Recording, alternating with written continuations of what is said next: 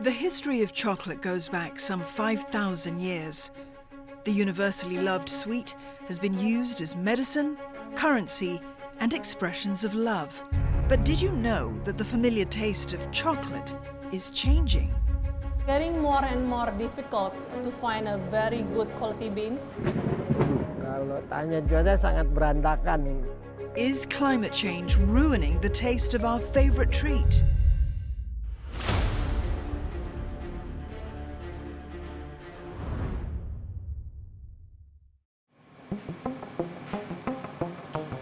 With chocolate, it's supposed to be messy.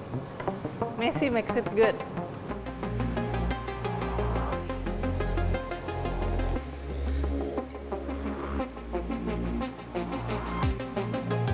This is why I love chocolate.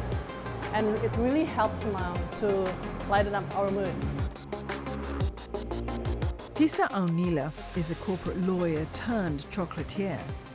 She founded Pipiltin Cocoa, a premium chocolate maker, together with her brother Irvan Helmi. Tisa's love affair with chocolate truly began more than a decade ago, when she found out that her go-to Swiss chocolate bar actually used beans from her home, Java, in Indonesia. We source the bean now from 7 regions in Indonesia, from Aceh, Bali, East Java, Flores, East Kalimantan, Sulawesi, and West Papua. So each region has distinctive flavors. It's very special. So for example, from Bali, the chocolate tastes more like a fruity, caramel-like, and Aceh is more robust. Cocoa beans are so precious that they've been called black gold and food of the gods. So what makes them worthy of that title? It is this. When you crack the beans, you can see the inside we call it cocoa nibs. Cocoa nibs is the inside. This is what we use to produce chocolate, the cocoa nibs. So we separate the shells from the nibs. So from there, we make cocoa paste. If we snap the chocolate, it will have a snap sound, like this. So it means we produce a good quality chocolate. It means the temperature is complete and it's perfectly tempered. The chocolate will easily melt in your mouth. At the growing stage, temperature is just as important to a good bean. However, warmer temperatures and erratic rains have cut bean output in Indonesia and accelerated the spread of pests, such as the cocoa pod borer. The moth pest feeds on the pulp and beans inside cocoa pods. Getting more and more difficult to find a very good quality beans, the very good consistency and the quality fermented beans because of the low productivity, because of the borer, because of the climate change. I think this will become a lot more challenged because with climate change, the insects and the diseases also mutate. They adapt faster than the plants themselves. Insects also tolerate a lot more conditions because their life cycle is short. They actually then become adaptive to what's actually happening with climate, and they keep changing and mutating. The cocoa plant's optimal temperature range is between 18 to 32 degrees Celsius. In parts of West Africa, the world's largest cocoa growing region, climate change has added roughly 40 additional days per year of heat above this threshold.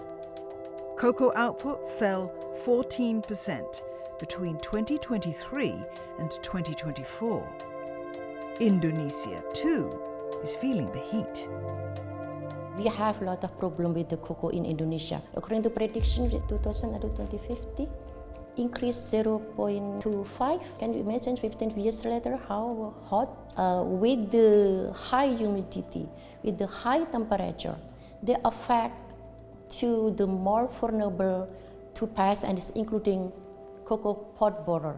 Cocoa pod borer is very destructive and reduce a lot of yield of this cocoa in Indonesia. Puji's research includes tracking the DNA sequences of a number of commodities, including cocoa. High temperature affect to the taste flavor, I think due to the change of the biochemical compound, this cocoa create is less chocolate on the fat content. Automatically, I think I reduce the fat content of the cocoa. Usually, beans are about 50 to 55% fat. The fat is extracted to make cocoa butter. Together with cocoa solids, it's what makes chocolate chocolate. Cocoa butter shapes the bar's flavor, smoothness, melt, and overall balance. The high temperature is automatically because the high temperature can degrade all of the the chain of from the chemical and taste, due to the low fat content in the cocoa. Yet even with supply pressures, chocolate demand is going up, growing at about 3 to 5% annually through the 2020s, driven by higher disposable incomes and trends. Chocolate makers like Pipiltin must make sure that they have enough good quality beans in stock. Pipiltin also exports chocolate to Australia, Malaysia, Singapore and Japan. More and more people really appreciate good quality chocolate. People ask, like, what is the difference of percentage in chocolate? For example, we have this chocolate Bali, 70%, and West Papua, 72%. So 70% means the cocoa content. So it means from 100%, 70% of the cocoa content, and then 30% is the sugar or the milk, depends on the recipe of the chocolate. Yet, in just 2 decades, Indonesia's cocoa output has dropped from 530,000 tons to 200,000 tons. Indonesia used to be the world's 3rd largest cocoa producer after Ivory Coast and Ghana. Its ranking has dropped to number 7. And there's another way climate change is hurting cacao trees, impeding pollination. Cocoa farmer Asep Herian Priyatna knows the problem well. Nah, si kakao ini ribuan bunga, Pak. Ada ribuan bunga nih. Nah, si keunikan kakao itu dia nggak bisa berbuah satu pohon. Makanya dia harus ada temennya, ada bunga dari pohon lain. Dan perkawinannya itu membutuhkan angin atau serangga. Tapi karena kegerus hujan, si serangganya berkurang. Jadi yang ngawininnya juga kurang. Akhirnya dengan iklim yang nggak karu-karuan begini, ya kebuahnya jadi berkurang. Karena proses polinasinya terhambat. Waduh, kalau tanya cuaca sangat berantakan. Di Sunda itu ada yang bilang, Bu, kalau Maret itu nggak ada hujan. Nah, artinya Februari itu sudah mulai dia jarang hujan. Sekarang udah belasan hari ke Maret, itu kan hujannya masih banyak. Asep grows 500 cocoa trees at his plantation. Together with the other farmers in the area, he supplies dried cocoa beans to a foreign-owned chocolate factory in Bandung. He has felt the impact of climate acutely. Ini yang kena ulet nih. Bisa kelihatan dari ininya kan hitam. Nah, sejak berbunga, uletnya nempel di bunga, jadi dia ikut. Jadinya begini, amburadul. Oh, ini busuk buah jadinya. Kalau yang ini yang kena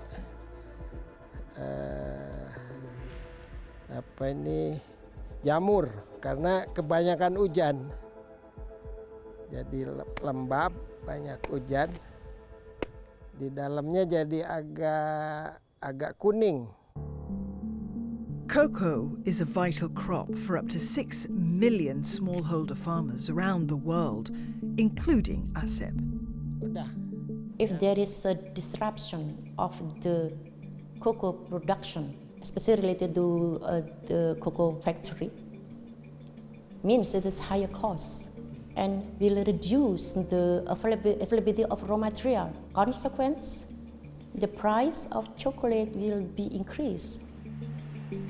In 2025, the price of chocolate has climbed about 15%. The cocoa companies are beginning to realize that it's actually going to be a lot more expensive. You don't see it on the shelves yet, I think. But if you go to some places, because the cocoa price has gone really out of hand, you will realize that the prices are beginning to shift. Compared to 10 years ago, the price of fourfold, yes. And we now face, like, from one of the regions they cannot supply because of the rainfall and because of the high temperature.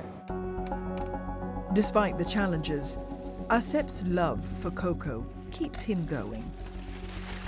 Nah itu salah dua yang tadi saya mau sampaikan. Bapak tanya kenapa nanam kakao. Kan kalau sampai kosong kakao, industri kan nggak jalan. Kedua, kami juga berpikir konservasi. Jadi bukan sekedar cari uang dari jualan biji kakao saja.